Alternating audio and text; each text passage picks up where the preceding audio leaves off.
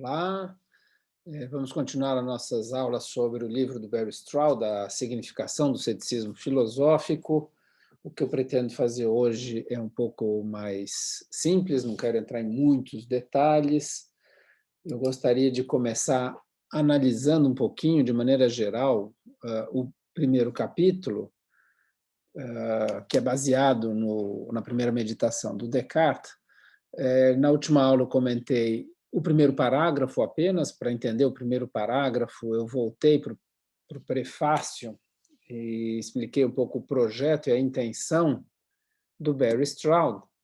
E agora a gente tem que, então, examinar o que ele chama de a fonte do problema cético, do problema do conhecimento do mundo exterior, e ele vai desenvolver isso ao longo do capítulo todo. Ele mesmo, Barry Stroud, ele faz uma certa distinção. Se vocês percorrerem o capítulo, vocês vão ver que, num certo momento, ele interrompe, pula uma linha e começa o texto sem dar um destaque para a primeira linha, e então ele mesmo divide o capítulo em duas seções de uma maneira discreta. O Barry Stroud, eu acho que ele não gosta de facilitar e mastigar para o leitor, como em geral os artigos hoje em dia fazem nas revistas, em você dividir um texto em várias seções e até subseções, e dar um título facilitando para o leitor. Eu acho que ele quer que o leitor filosofe junto com ele, tenha que prestar bastante atenção para o próprio leitor ser capaz de entender o que está acontecendo no texto, em termos de argumentação, de ideia, né? Então, ele dificulta um pouco para o leitor o acesso às ideias dele, né? Eu já falei que ele, com frequência, é mal entendido, ele se queixava de ser mal entendido, né? E talvez ele não fizesse tanta questão assim de ser entendido por todo mundo, né? Mas, de outro lado, o texto é bastante claro, né?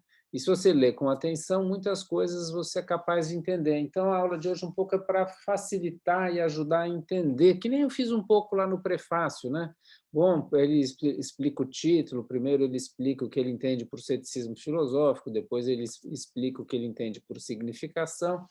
Aqui também, a gente tem duas partes principais, que ele divide dessa maneira mais discreta. Por exemplo, na tradução espanhola, às vezes eles não percebem isso, né?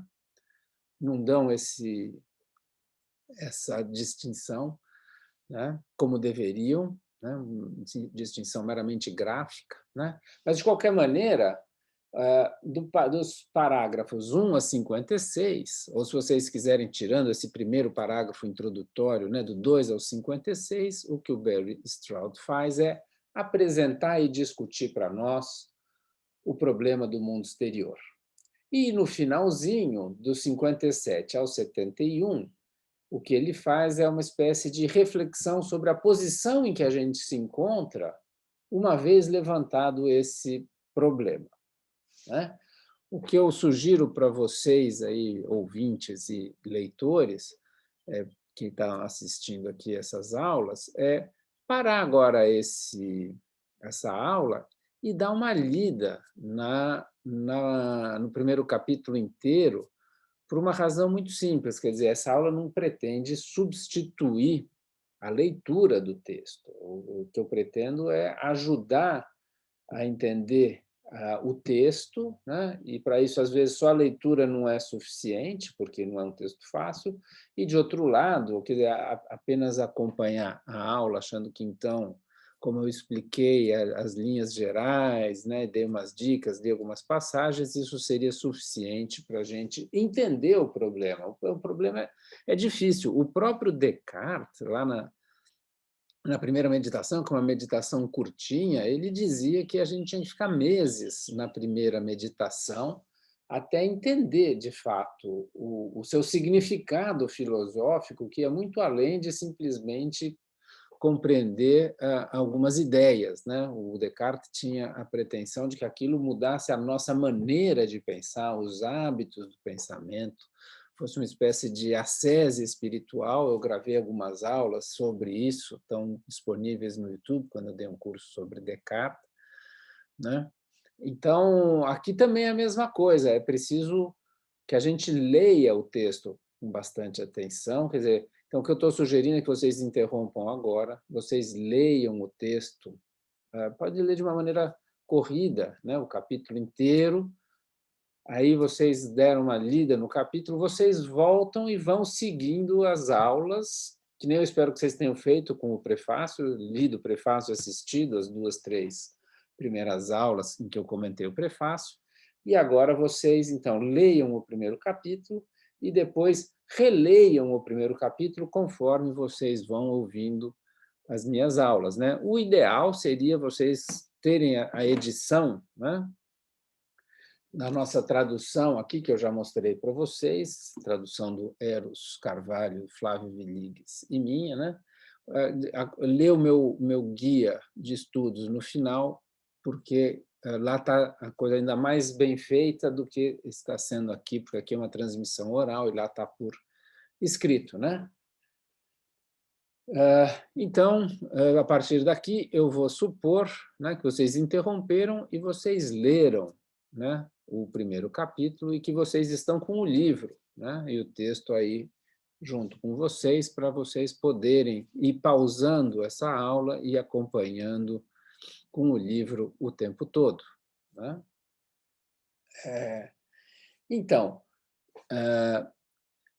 dada essa divisão natural, a divisão que o próprio Barry Stroud fez, hoje eu vou me concentrar única e exclusivamente no problema do mundo exterior, né? Parágrafos, então, 1 ou 2, até o parágrafo 56.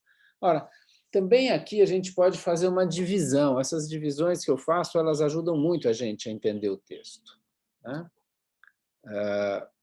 Isso eu aprendi com o Porchat, eu pratico sempre com os meus alunos, né? Alguns outros colegas fazem algo parecido, no que eu acho que eles fazem muito bem.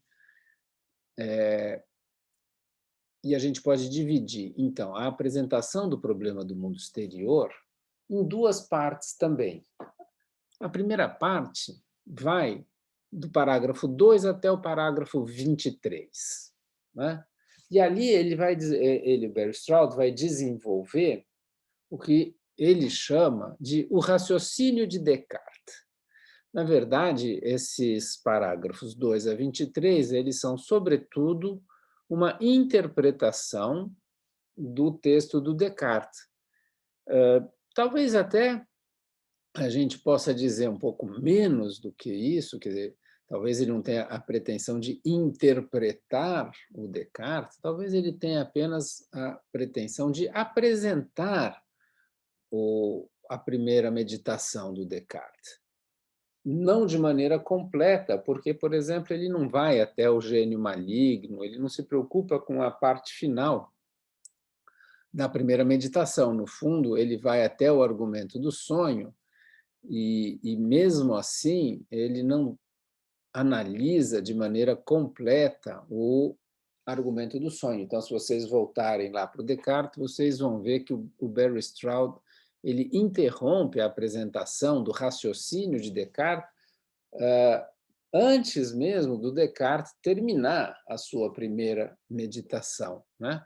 Isso por uma razão muito simples, porque ele, Barry Stroud, não está interessado em interpretar propriamente o Descartes, ele está interessado em entender como surge o problema do mundo exterior. E no entender dele, Barry Stroud, não é preciso ir até o final da primeira meditação para que o problema do mundo exterior seja colocado, né? Basta você ir até o argumento do sonho, e ele nem sequer, Barry Stroud, nem sequer discute o limite do argumento do sonho, tal como o Descartes aponta ali, porque talvez, o Barry Stroud não é explícito a esse respeito, né? Talvez o limite do argumento do sonho, tal como Descartes o apresenta, para ele, Barry Stroud, diz respeito ao conhecimento matemático, já não trata mais do problema do mundo exterior, né? Acho que essa é uma questão de interpretação do Descartes. Os intérpretes de Descartes vão se dividir a esse respeito, né? A questão da essência do corpo, né? Da extensão e, portanto, de uma geometria, né? E uma das modificações da extensão é o número e, portanto, a questão da aritmética, né? Trata-se apenas de um conhecimento matemático na medida em que nós estamos falando da essência dos corpos, algo a respeito do mundo também está em questão, né? O Barry Stroud simplesmente não entra nessa discussão porque ele não está interpretando o Descartes. Para ele basta que, de fato, o problema do argumento do sonho é suficiente para colocar em questão o conhecimento que nós temos do mundo exterior, se o mundo é como nós percebemos ou como nós pensamos que ele é, ou se a, a existência mesma do mundo também estaria em questão, e o problema da essência do mundo é um problema que, para o Barry Stroud, é menor, né, em relação a esse problema do mundo exterior, né? Então, do 2 ao 23, o que o Barry Stroud faz é apresentar o argumento, o raciocínio do Descartes, o argumento do sonho, até o momento em que se coloca o problema do nosso conhecimento do mundo exterior. A partir daí, a partir do parágrafo 24, o que o Barry Stroud faz é uma reflexão sobre esse raciocínio do Descartes, né? Qual é a força desse argumento? Esse argumento é uma espécie aí de exame filosófico, não é? Assim como ele apresentou o argumento para levantar o problema, da perspectiva dele, enquanto um filósofo, ele se interessa por uma porção da primeira meditação, para levantar o problema filosófico que ele quer entender, né? Não se trata propriamente de uma interpretação, e na segunda parte ele vai discutir criticamente ou examinar filosoficamente esse raciocínio apresentado pelo Descartes. Então, mais uma vez, ele não está interpretando Descartes, não é essa a finalidade dele. A finalidade dele é examinar se, de fato, Descartes colocou um problema forte, né? Até que ponto esse raciocínio, esse argumento dele, de fato, obriga a gente a enfrentar o desafio cético, né? E isso ele faz dos parágrafos 24 a 56, tá certo? E, como eu falei, ele dá dicas, né? Ele dá dicas a esse respeito. Ele, em certas frases, ele diz muito claramente o que ele vai fazer, né? E o que ele estava fazendo. Então, por exemplo, no parágrafo 24, né, que é justamente o parágrafo de transição, quando se encerra a primeira parte e vai começar a segunda parte do problema do mundo exterior, o Barry Stroud diz assim, né? Ele começa o parágrafo 24 dizendo: pode-se examinar e criticar o raciocínio de Descartes em muitos pontos diferentes e muitos filósofos o examinaram de perto ao longo dos séculos, né? Então, está aqui ele se referindo que esse raciocínio de Descartes que ele apresentou até aqui, né, ele é objeto de exame dos outros filósofos, né? E, portanto, é o que ele vai fazer, né, daqui para frente. E no final desse parágrafo 24, ele fala assim: no restante deste primeiro capítulo, quero concentrar-me no aprofundamento e no fortalecimento do problema e em tentar localizar com mais precisão a fonte do seu poder. Né? Então, vejam, eu falei lá atrás que a ideia de fonte não era uma ideia muito misteriosa, né? A fonte é, em primeiro lugar, o texto, né? Na nossa tradição filosófica, na tradição da filosofia, qual é o texto em que o problema surge, é colocado pela primeira vez, né? Aqui nós estamos vendo que a ideia de fonte também está ligada à ideia do raciocínio ou do argumento, a fonte do seu poder, né? Quer dizer, esse é um desafio poderoso. O problema cético é um problema que nos desafia e, ao longo dos séculos, foi enfrentado por quase todos os filósofos, né? Por inúmeros filósofos, né? Então, ele tem um poder. Quer dizer, o poder é o poder do raciocínio. Quer dizer, qual é a fonte desse problema? Bom, a fonte desse problema é esse raciocínio do Descartes que ele apresentou do 2 ao 23, né? E ele é poderoso, né? Quer dizer, esse raciocínio é poderoso, mas por que ele é poderoso? Onde? Né? Exatamente o que torna ele algo que ele mesmo diz, né? Que é algo que é fascinante, né? É algo que nos toma ou nos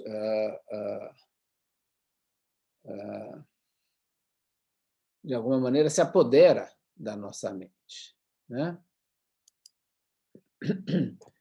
Então, está aqui no parágrafo 24, claramente ele encerrando a apresentação do raciocínio de Descartes e abrindo uma nova parte para se pensar, né? O problema, mostrando como esse problema é profundo, né? Como esse problema é mais forte, né? O desafio é mais duro de ser resolvido do que parece, né? E ele vai, então, fazer um exame disso aí. Eu não vou entrar no exame, eu quero agora falar só algumas coisinhas sobre a apresentação do Descartes, sobre o raciocínio do Descartes, né? Tal como o Barry Stroud o apresenta, né? Eu não vou entrar muito nos detalhes, eu acho que isso aqui é uma coisa mais ou menos conhecida, não tem, talvez, tanta originalidade quanto parece, eu acho que é na reflexão dele que está a parte mais interessante. Ainda assim, a apresentação do raciocínio do Descartes, ela é bem feita, eu vou indicar os principais momentos dela, né, no texto. Em primeiro lugar, o Barry Stroud ele apresenta o projeto do Descartes, né? Qual é o projeto do Descartes? O Descartes pretende revisar todas as nossas crenças de uma só vez, né? Isso aqui é fundamental, né? Em primeiro lugar, porque já começa a surgir aí a ideia de uma concepção tradicional da filosofia. Isso eu já apresentei nas aulas anteriores, né? Qual é essa concepção tradicional da filosofia? A ideia de que a filosofia deve avaliar a justificação que nós temos para as nossas crenças, isto é, a gente acha que tem uma série de conhecimentos sobre o mundo, né? O conhecimento é entendido por muitos como uma crença verdadeira, justificada. Essa justificação, de alguma maneira, deve estabelecer a verdade de uma crença, né? E o que o Descartes vai fazer é a justificação que nós temos, ou que nós damos para as nossas crenças, de fato estabelecem que elas são verdadeiras e que, portanto, nós teríamos conhecimento sobre o mundo, né? Isso é uma coisa que a gente faz o tempo todo, né? A gente no dia a dia, conversando com as pessoas, nós fazemos afirmações, atribuímos conhecimento aos outros, supomos que nós temos conhecimento, e às vezes as pessoas nos perguntam como você sabe isso, ou por que você diz isso, né? Por que você acredita nisso, e a gente justifica. É um procedimento habitual da vida cotidiana. O que há de específico no projeto do Descartes é que todas as nossas crenças devem ser avaliadas de uma só vez. Isso aqui é fundamental e talvez eu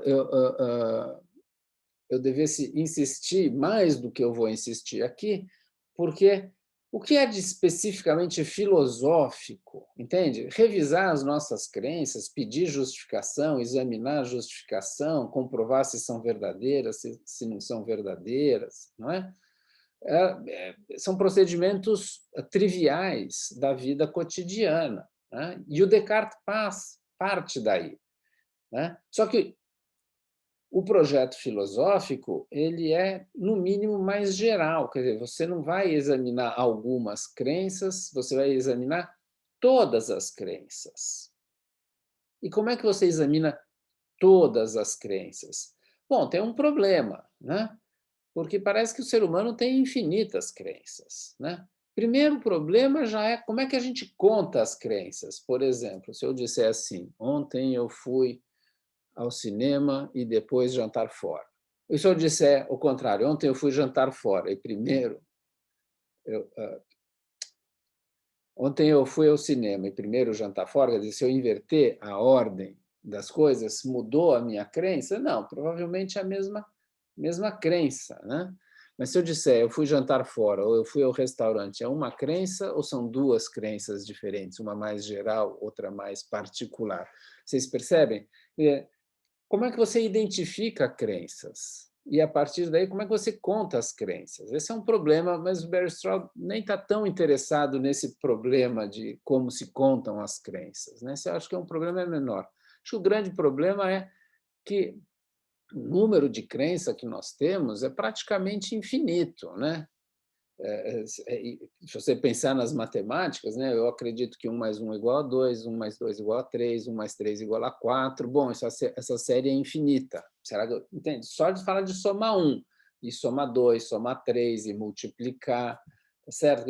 Quantas crenças a gente tem? Parece que potencialmente infinitas, né? Como é que eu vou poder, então, rever todas as crenças? Isso não dá, né?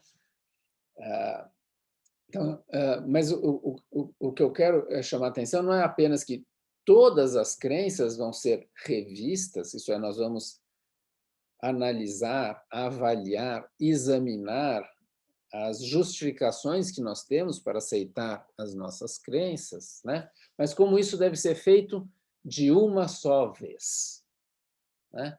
Quer dizer, colocando todas as crenças assim, no mesmo saco. Então, todas as crenças que nós temos a respeito do mundo, né?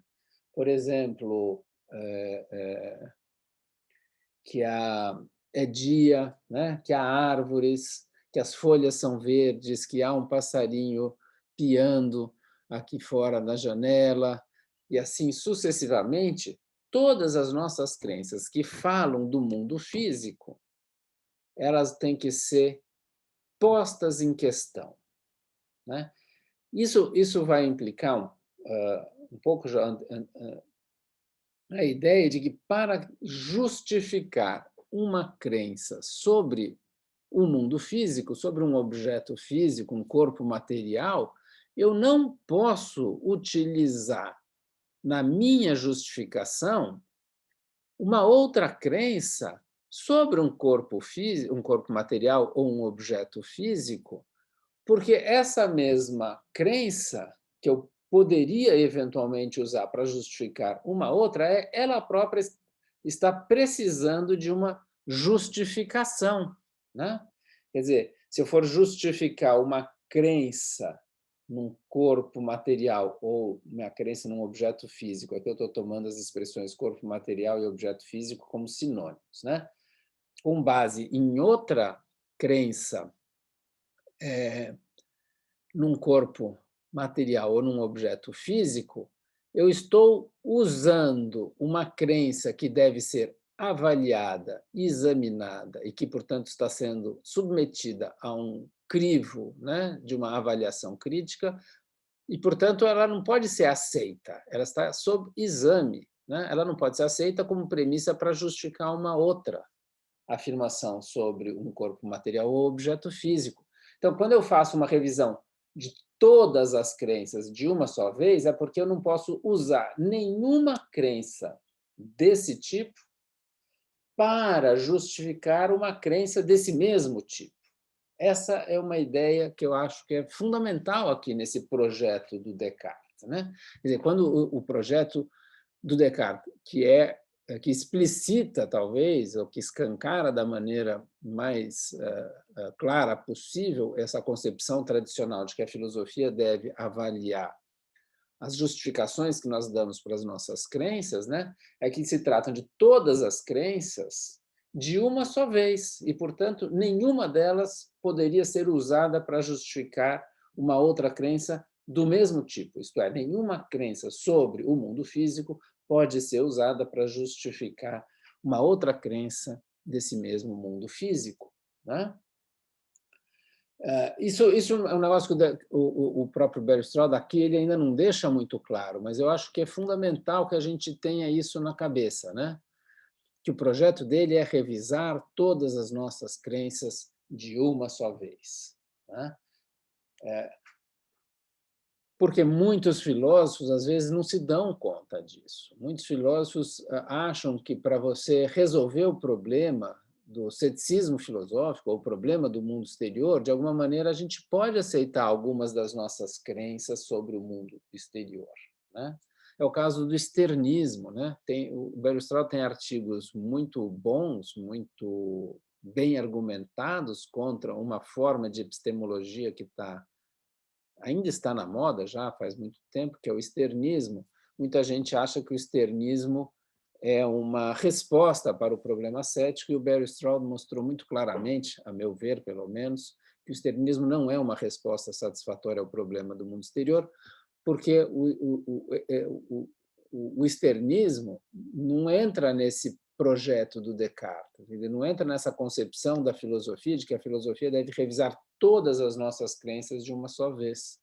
O externismo não faz isso, né? E, portanto, o externismo não está dentro dessa concepção, ou pensar o externismo como uma resposta a esse problema é inadequado. Mas eu só estou mencionando aqui uma certa importância de por que a gente tem que estar consciente de qual é essa concepção tradicional da filosofia, que o projeto do Descartes é quem formula de maneira mais cristalina e transparente, né? Agora, se é preciso revisar todas as nossas crenças de uma só vez, como o Barry Stroud dispõe dos parágrafos 2 ao 6, né? Dos parágrafos 7 ao 13, ele vai, então, mostrar de que maneira isso é possível, né? Quer dizer, se não é possível examinar as crenças uma a uma, é preciso de um certo método para executar esse projeto, né? Então, é preciso identificar qual é a fonte ou o princípio, né, por meio do qual nós justificaríamos todas as nossas crenças a respeito do mundo ao nosso redor, né? E aqui a resposta, todo mundo sabe, são os sentidos. Quer dizer, a gente tem 5 sentidos. Se eu quero saber a cor de um livro, eu olho para ele, a visão, que vai me dizer se o livro é azul ou vermelho, né? Se uma substância branca, se ela é doce ou é salgada, se é o açúcar ou se é o sal, né? Você põe na boca, né? Então é o paladar que vai te dizer, né? Se uma planta tem um cheiro assim ou assado, mais cítrico, mais floral, né? É o olfato que vai te dizer isso, né? Se esse perfume é mais cítrico, mais doce ou mais floral. E assim sucessivamente, né? Eu acho que é muito óbvio para todos nós, né? Ou é muito óbvia a importância dos sentidos para as nossas crenças sobre o mundo ao nosso redor. Isso é uma trivialidade sobre o corpo humano, sobre o organismo nosso, né? Eu vou passar rápido por aqui, né? Acho que isso aqui não tem tanta dificuldade da gente entender. Quem está me ouvindo aí, está com o livro aberto, pode dar uma parada e ler dos parágrafos 7 a 13, para entender melhor a ideia do projeto de revisar todas as nossas crenças de uma só vez. Como eu já falei, é dos parágrafos 2 a 6, né? O terceiro ponto, né, que talvez seja um pouco mais complexo, é aquele que trata, então, dos argumentos para duvidar das nossas crenças, né? O que o Descartes vai fazer é, bom, se eu vou examinar e avaliar as nossas crenças sobre o mundo exterior, né, se a gente está bem justificado ou mal justificado, isto significa dizer, eu justifico que, por exemplo, a minha crença de que a folha da árvore é verde, né? Podia estar amarelando, por exemplo, né? Mas a folha da árvore é verde, é porque eu percebo, por meio da visão, né, a cor verde, ou eu percebo que a folha é verde, certo? Aparentemente, eu estou bem justificado, né? De que outra maneira eu justificaria a minha crença de que as folhas da árvore são verdes, né? Se não olhando para elas, né? Bom, a filosofia levanta argumentos para isso, né? Nós vamos examinar se de fato a percepção é uma base segura para as nossas crenças sobre o mundo, né? E o Barry Stroud vai examinar, vai discutir rapidamente os dois primeiros argumentos que aparecem na primeira meditação do Descartes. Em primeiro lugar, o argumento da ilusão, dos parágrafos 14 a 16. Então, quem quiser pode dar uma parada aqui na aula, né, no vídeo, lê os parágrafos 14 e 16 e, em seguida, retoma aqui para continuar ouvindo o que eu estou falando, né? Aqui o Descartes vai chamar esse argumento, o argumento da ilusão, como casos não representativos, né? Que quando a ilusão pode ser um bom argumento para duvidar das nossas crenças, é quando a gente não está em boas condições de percepção. São casos não representativos. Quer dizer, um exemplo clássico que o Descartes retoma lá na sexta meditação é: de longe eu vejo uma torre, ela me parece redonda, eu chego perto, eu vejo que ela é quadrada. Bom, mas basear o conhecimento da forma de uma torre, quando eu estou muito longe dela, não é um caso representativo, no sentido que a percepção funciona bem a distâncias muito longas. Não, a percepção do olho humano funciona muito melhor quando o objeto está perto, né? Não quando ele está longe. Então, ou então você vê uma certa coisa enrolada, você se pergunta se é uma cobra ou se é uma corda. Bom, dado que é uma cobra e você fica com medo e não sei o quê, você olhou muito rapidamente e se afastou dali por causa do risco. Isso também não é muito representativo, quer dizer, a percepção pode te dar um conhecimento se você olha direito a coisa, não quando você olha de relance, né? Ou você vê alguma coisa, tá? Está muito enevoado, você vê meio uma sombra, você não vê direito, você não sabe se é uma pessoa, um espantalho ou uma estátua, entende? Bom, mas tem uma neblina ali, você não consegue enxergar direito, né? Então, o argumento da ilusão não é um argumento muito bom, né? As pessoas discutem o argumento da ilusão para os sentidos e tal. A verdade é que o Descartes, e seguindo o Descartes, o Barry Stroud, acha que o argumento da ilusão é um argumento fraco, né? Para duvidar de todas as nossas crenças sobre o mundo de uma só vez, o argumento da ilusão não é um bom argumento. Permite duvidar de algumas crenças que a gente tem em circunstâncias especiais, né? O Descartes, não, ele vai falar de que ele está sentado diante de uma lareira, vestido com um robe e com papéis, né, um papel nas suas mãos, né? Aqui, o objeto não está longe, não há nenhuma coisa entre ele e o objeto que dificulte a percepção, né? Ele pode longamente contemplar o papel nas suas mãos, ele não está vendo de relance. Portanto, aqui a gente tem um caso representativo, né? Um caso representativo em que os sentidos realmente parecem uma fonte confiável para as nossas crenças. Quer dizer que eu estou vestido, né, lendo, etc., na frente de uma lareira, é um conhecimento que eu tenho do mundo ao meu redor, né? Bom, isso vai dos parágrafos 7 ao 20, 17 ao 20. Então, se quiser, você está me ouvindo, leia os parágrafos 17 ao parágrafo 20, e eu vou comentar agora, depois vocês voltam para ouvir o argumento do sonho. Eu vou simplificar, né? Muito mais fácil vocês lerem aí no texto, né? Mas a ideia é que eu poderia estar sonhando. Quer dizer, quando a gente tem uma crença sobre o mundo baseada em condições favoráveis de percepção, num caso representativo, isto é, se nesse caso eu não tenho um conhecimento do mundo, então eu não vou ter conhecimento do mundo em nenhum outro caso, é porque, num certo sentido, isso que agora, nesse momento, me parece uma percepção, né, no linguajar cartesiano, clara e distinta, e que poderia eventualmente me dar conhecimento do mundo. Bom, quando eu sonho, eu também tenho uma percepção similar a essa, né? Eu também tenho uma convicção, né?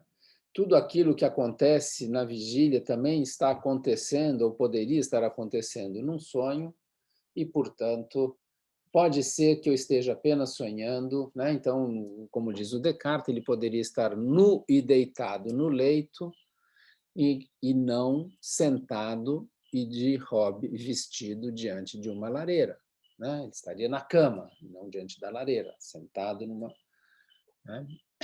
Então, parece que uma condição necessária para o conhecimento é ter que afastar a possibilidade de que nós estamos sonhando.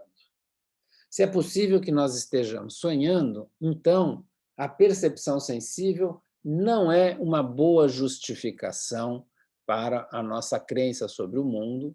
Se a percepção sensível pode não passar de um mero sonho, aquilo que nós tomamos como uma percepção sensível pode não passar de um mero sonho, então se segue que, com base na percepção sensível, nós não podemos estabelecer a verdade da nossa crença e garantir que o mundo seja tal como nós percebemos ou pensamos que ele é, né? Bom, se o argumento da ilusão não é um bom argumento, o argumento do sonho é um bom argumento, e é um argumento, então, que permite colocar ou levantar a questão do mundo exterior, né? Então, nos parágrafos 21 a 23, o Barry Straub dá uma formulação precisa do problema, né? E também já indica que, se esse problema não for resolvido, já que é um problema agora bem levantado, aparentemente, né? A conclusão cética que se segue dele, né? Então, no parágrafo 21, eu leio o Barry Straub diz o seguinte: o problema cartesiano do nosso conhecimento do mundo exterior torna-se, portanto, este. Veja, aqui então o portanto é conclusivo.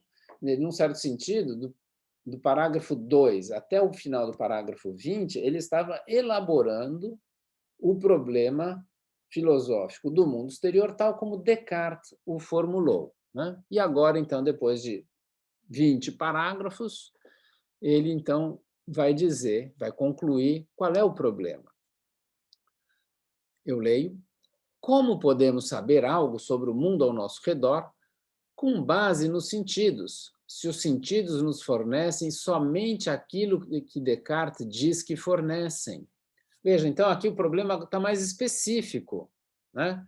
No prefácio, lá no começo do parágrafo 1, ele fala, olha, isso aqui pode ser dito em poucas palavras, né? No primeiro parágrafo aqui do primeiro capítulo, ele falou, a gente pode dizer isso aqui em poucas palavras, mas isso ainda não é entender o problema. O problema é mais específico, é mais preciso, né?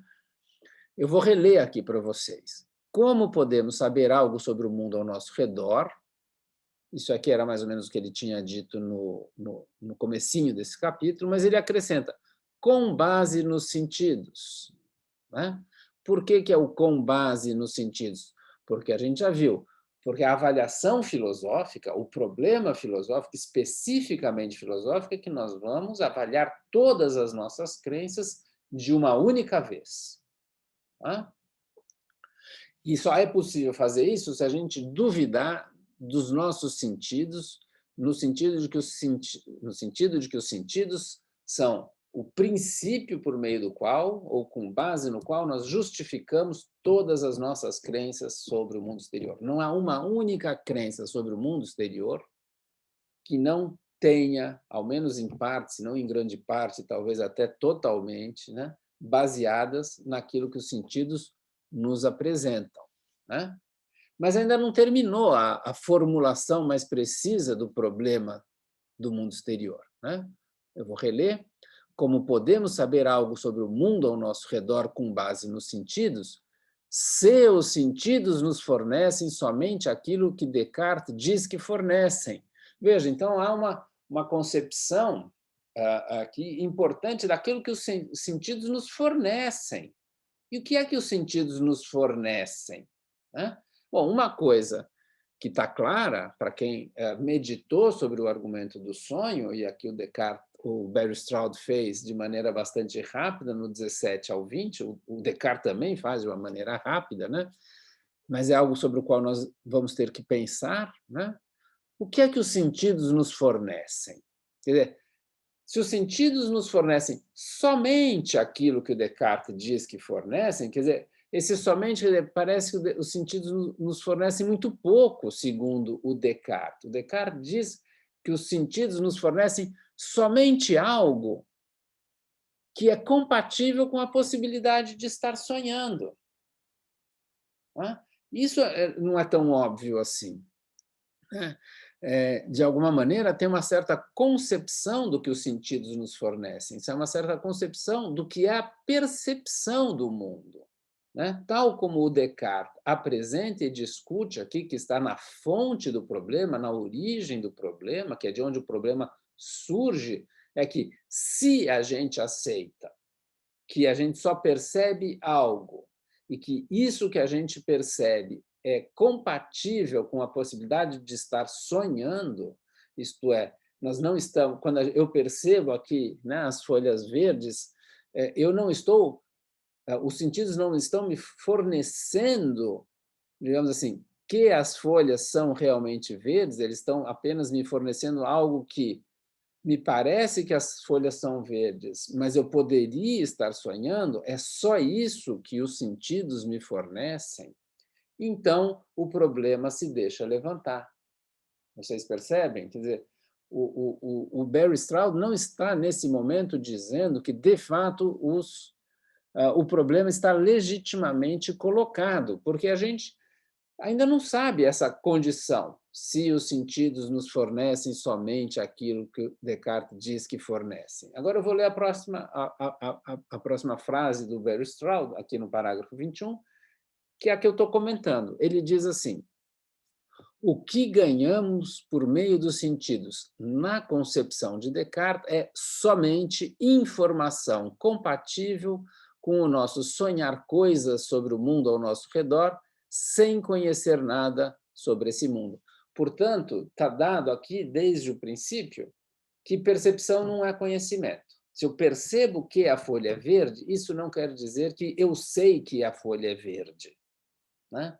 Se eu percebo que o céu está azul e com nuvens brancas, então não se segue que eu sei que o céu está azul com algumas nuvens brancas, né? Porque eu posso estar sonhando. Né? Então, é quando eu tenho essa suposição, se os sentidos nos fornecem somente aquilo que Descartes diz que fornecem. Quando eu tenho essa suposição, então eu tenho o problema filosófico muito sério, muito difícil de ser resolvido e com o qual os filósofos se defrontam há séculos. Tá certo?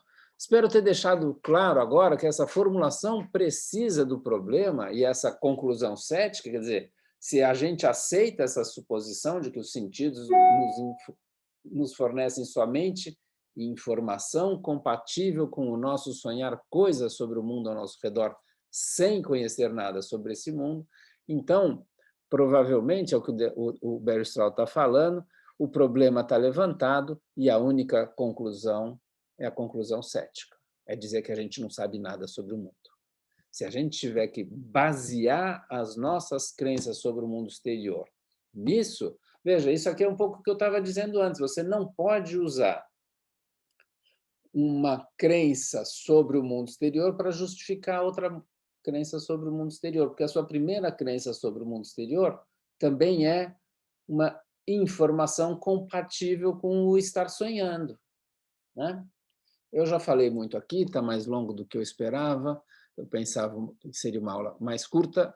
Eu vou encerrar e na próxima aula eu vou comentar a segunda, ou se vocês quiserem, a terceira parte aqui do capítulo 1, que é a origem e a força do problema cético, que vai, essa parte vai do parágrafo 24 ao 56, né? É isso aí, então até a próxima aula.